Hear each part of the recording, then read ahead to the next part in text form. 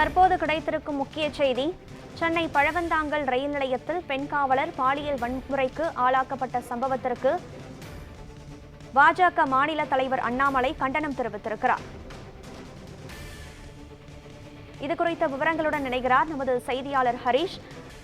கனகதாரா, சென்னை பழவந்தாங்கல் ரயில் நிலையத்தில் பெண் காவலர் ஒருவர் பாலியல் வன்முறைக்கு ஆளாக்கப்பட்ட சம்பவம் பெரும் அதிர்ச்சியை ஏற்படுத்தியுள்ளது.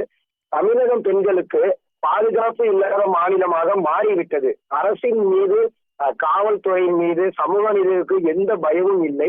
ஒட்டுமொத்த அரசு இயந்திரம் செயலிழந்து கிடக்கிறது. சட்டம் ஒழுங்கு காக்க வேண்டிய காவல்துறை கைகள் கட்டப்பட்டிருக்கிறது. ஏன் முதலமைச்சர் வெற்றி விளம்பரர்களுக்கும் தமிழகத்தில் தினமும் ஒரு பாலியல் குற்ற செய்திகள் வெளியாகி வந்து கொண்டிருக்கிறது.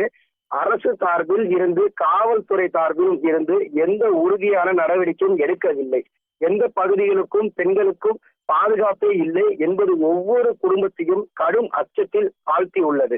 திமுக அரசும் காவல்துறையும் செயல்படும் இருப்பதாக தொடர்ந்து பொதுமக்கள் தங்கள் பாதுகாப்பை உறுதி செய்ய வேண்டிய நிலை ஏற்படும். இதே சமூகத்தை எங்கு கொண்டு செல்லும் என்பது உணர்த்துகிறார் முதலமைச்சர் என்று முதலமைச்சர் மீது பாஜக மாநில தலைவர் அண்ணாமலை கடுமையான விமர்சனத்தை தனது எக்ஸ் பக்கத்தில் பதிவிட்டிருக்கிறார்.